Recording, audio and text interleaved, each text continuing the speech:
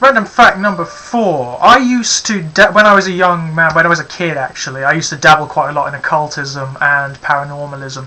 I used to be absolutely fascinated by the unseen and by not what you'd call spiritualism. That, even at that age, that just didn't concern me. I didn't particularly trust psychics or anything to that effect. But what I was interested in, what I am still interested in to a certain degree today, is the accounts that everyday people have of particular experiences. Things such as what people would call ghostly encounters, that sort of thing.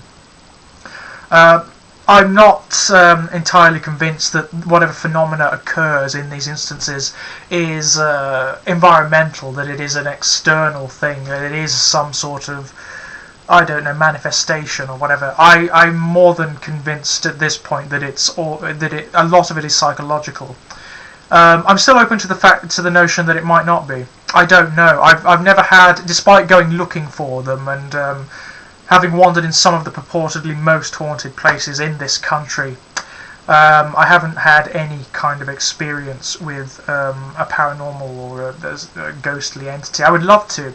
I would love to see and it'd have to be unambiguous. It wouldn't not a feeling or anything like that. I would want to see a manifestation of something like a phantasm or something to that effect. I would love to, but I haven't had it yet. But I am fascinated by the whole phenomena. I mean, these phenomena occur quite a lot. People, I think everyone out there who's watching this video will probably have some story, or will have heard some story from someone about something that they experienced or saw or felt or whatever. And it's that interests me. It's the story or the perception of the experience and how people interpret it that fascinates me more than anything.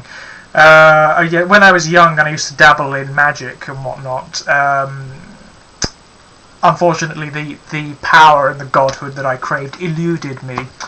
I never managed to summon any demons or bind any angels or anything to that effect, which is a shame. I would have very much liked to have done that, but no. And it really is, it's to a certain degree, I mean, the whole thing still fascinates me.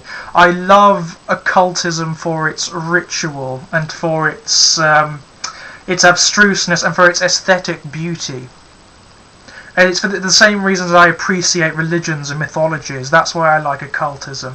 But what I particularly appreciate about occultism is it's the almost scientific way in which it conducts itself. The fact that it's people, however misguided you might believe them to be, attempting to explore and learn about things in a very abstruse manner. I find that absolutely fascinating, and I find what it provides in a humanistic way to be interesting as well. I think the ceremony of occultism and ritual magic can be very useful in a psychological and therapeutic sense, in the same way that prayer can be. There's actually a very good YouTube channel about all of this by a man who is himself an occultist, a Bespoke Group UK, Nick Dutch. Very, very interesting channel. I'll put a link up for him, actually. I really like Nick Dutch. He's absolutely fascinating YouTube channel. But yes, I used to dabble quite a lot in occultism, and I'm quite well versed in the history of occultism and ritual magic and all of that sort of thing. I've got a couple of books by John Dee around here. I don't know whether that name means anything to anyone. I doubt it will to anyone who doesn't dabble outside of occultism. But that's interesting. And I've also got a couple of the works of Aleister Crowley somewhere as well. I can't lay hand to them at the moment. But I find Aleister rather interesting. He's an interesting man in the same way I find Anton LaVey interesting, because like Anton LaVey, Aleister Crowley he reminds me a lot of the Marquis de Sade, in that he was a monstrously intelligent, urbane, witty, philosophically developed and intelligent man, whom I think I would have liked to have spoken to quite a lot. Yes, so there we are. Random fact 5. This is not going to be a surprise to anyone who watches my videos regularly. I love cartoons.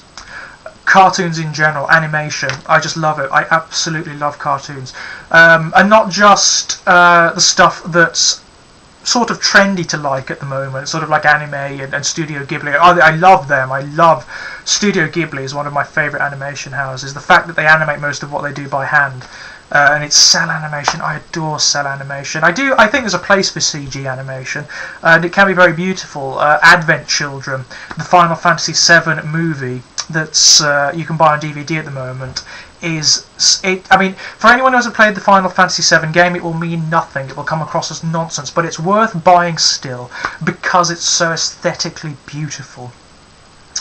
Sephiroth. Beautiful villain. Fantastic character. Love him. But I do prefer cell animation. I think I like the feeling that someone has had their hands on it. I aesthetically speaking, I just prefer cell animation. But I also like animation that's aimed at children. I like things like the Nicktoons. I think some of the Nicktoons, Rugrats, and Real Monsters are just superb. And one of my favourites recently that I've only just come across is Invader Zim. Invader Zim is one of those rare children's cartoons that's genuinely funny. And I mean, not in a childish way either. It's hilarious. It's so strange and so surreal, and it's sort of like a gothic cartoon. I can imagine a lot of the sort of prepubescent gothic crowd like Invader Zim a lot, and I can definitely see why. It's so funny. Cartoons such as Avatar: The Legend of Aang. Now that Avatar is one of the finest cartoons I've come across in recent decades. After really Beast Machines, Beast Wars, and their like, that's the one. I mean, it's notable for several reasons. It's notable because it's not episodic, unlike most cartoons that come out these days. It doesn't consist of self-contained episodes. It's a running saga, and the story runs from episode to episode, more akin to Japanese animation series. The animation is beautiful. It takes its cue from Japanese animation studios, so there's a definite anime style to it. But at the same time, it's very, very idiosyncratic. And the characters are just wonderful. They're characters that genuinely develop and grow and change their perspectives, and are ambiguous. And I love that.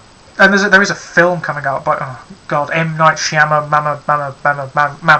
That director whose name I can start saying but not finish saying. The guy who directed The Sixth Sense and Signs and other bloody awful films. I'm not holding out that much hope for it, I must admit, because I don't like M. Night Shyamalan. I think he's a crap director. But we'll see. We'll see.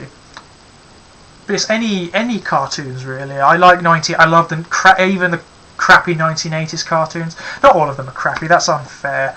But the vast majority of them really are. They're extended toy catalogues, to be fair. But I do love the 1980s animation. I love South Park and Family Guy. I don't like The Simpsons as much anymore. I do think that there's a golden age of The Simpsons, and that's from season 1 to season 9. In those seasons, almost every episode is golden, almost every joke hits. After season 9, something happens, and it's very tangible. There's a very tangible drop in quality, and I don't quite know what happens. I don't know whether they changed the writing team or what, but it's a dead dog now. They should just let it die with some dignity, I think.